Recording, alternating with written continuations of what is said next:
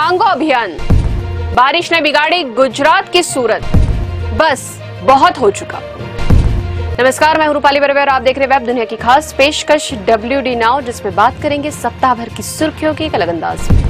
महाराष्ट्र विधानसभा चुनाव से पहले सिंधुदुर्ग जिले में मालवण तहसील के राजकोट किले में छत्रपति शिवाजी महाराज की प्रतिमा गिरने का मामला सत्तारूढ़ राज्य महायुति सरकार के लिए गले की फांस बन गया है। राज्य के डिप्टी सीएम अजित पवार और मुख्यमंत्री एकनाथ शिंदे के बाद अब प्रधानमंत्री नरेंद्र मोदी ने भी इस मामले में राज्य की जनता से माफी मांग ली है।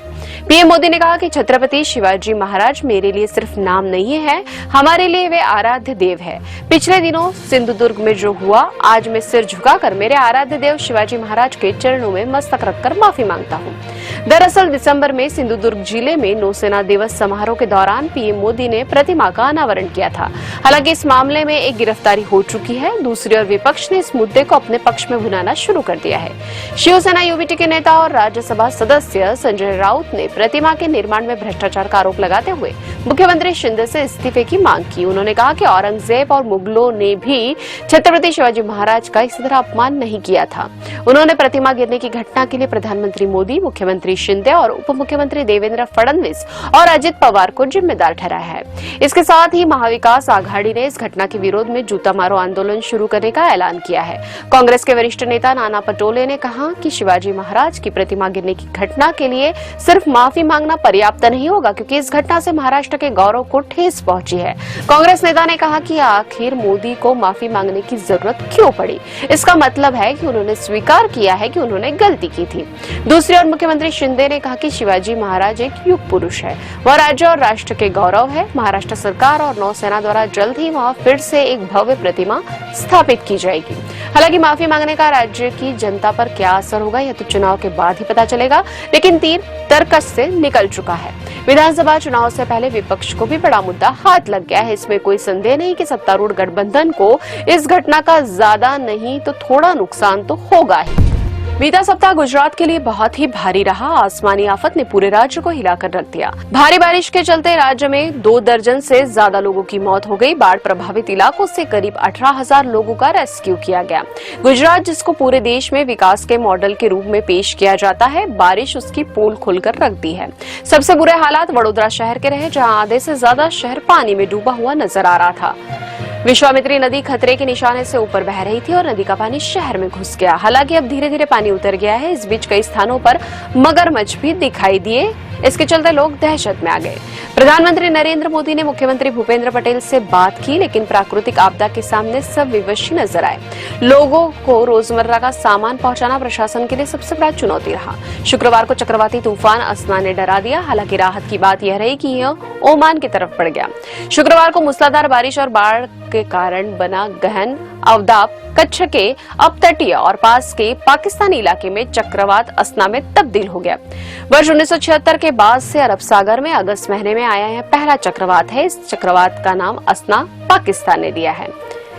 IMD के अनुसार वर्ष 1891 और 2023 के बीच अगस्त के दौरान अरब सागर में केवल 3 चक्रवात 1976, 1964 और 1944 में आए। वर्ष 1976 का चक्रवात उड़ीसा से बनने के बाद पश्चिम उत्तर पश्चिम की ओर बढ़ा और अरब सागर में प्रवेश कर गया। वर्ष 1964 में एक और अल्पकालिक चक्रवात दक्षिण गुजरात तट के पास उत्पन्न हुआ और तट के करीब ही कमजोर हो गया। कोलकाता के आरजीकर मेडिकल कॉलेज और अस्पताल की एक ट्रेनी डॉक्टर की रेप और हत्या का मामला लगातार सुर्खियों में बना हुआ है। इस मामले में बंगाल से लेकर दिल्ली तक जमकर सियासत जारी है। विरोध प्रदर्शनों का सिलसिला चल रहा है। देश के राष्ट्रपति और उपराष्ट्रपति ने भी इस घटना पर अपनी नाराजगी जाहिर की है। 9 अगस्त की कोलकाता की घटना का जिक्र करते हुए राष्ट्रपति ने कहा कि इससे भी अधिक निराशाजनक बात यह है कि यह महिलाओं के खिलाफ अपराधों की श्रृंखला का हिस्सा है। उन्होंने कहा कि बस बहुत हो चुका।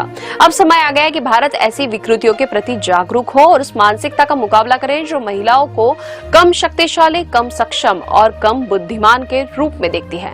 राष्ट्रपति मुर्मू ने कहा कि अपनी बेटियों के प्रति यह हमारी जिम्मेदारी है कि हम उनके भय से मुक्ति पाने के मार्ग में आने वाली बाधाओं को दूर करें। उपराष्ट्रपति जगदीप धनखड़ ने ऐसे अपराधों के लिए अपराधियों को दंडित करने के वास्ते एक निवारक व्यवस्था बनाने का शुक्रवार को आह्वान किया। उन्होंने राष्ट्रपति की बात को ही दोहराते हुए कहा कि बस बहुत हो चुका। राष्ट्रपति की टिप्पणी के जवाब में कांग्रेस की मीडिया और प्रचार विभाग के प्रमुख पवन खेड़ा ने कहा कि मैं राष्ट्रपति के इस बयान और इस हस्तक्षेप का स्वागत करता हूं। पूरा देश गुस्से में है, इसलिए स्वाभाविक है कि राष्ट्रपति उस आक्रोश का प्रतिनिधित्व करती है जो देश महसूस कर रहा है। लेकिन देश का आक्रोश सिर्फ कोलकाता की घटना को लेकर नहीं है। फरक्काबाद, कोल्हापुर, बदलापुर, पुणे, रत्नागिरी, जोधपुर, कटनी समेत ऐसी न जाने कितनी घटनाएं हुई है।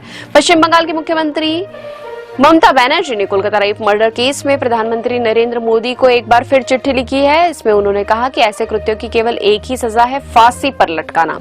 उन्होंने कहा कि इतने संवेदनशील मुद्दे पर मुझे आपकी ओर से कोई जवाब नहीं मिला।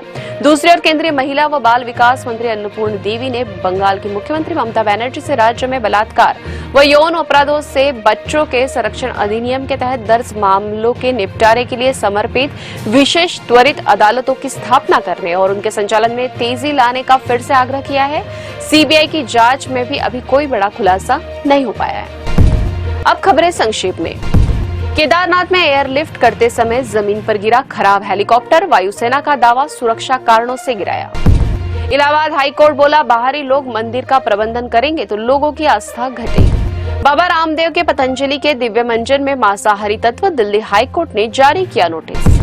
झारखंड के पूर्व मुख्यमंत्री चंपई सोरेन भाजपा में शामिल, पूर्व विधायक लोबिन हेम्ब्रम भी भाजपा के खेमे। ये थी वेब दुनिया की खास पेशकश WD नाउ। अगले सप्ताह की सुर्खियों के साथ फिर हाजिर होंगे। नमस्कार।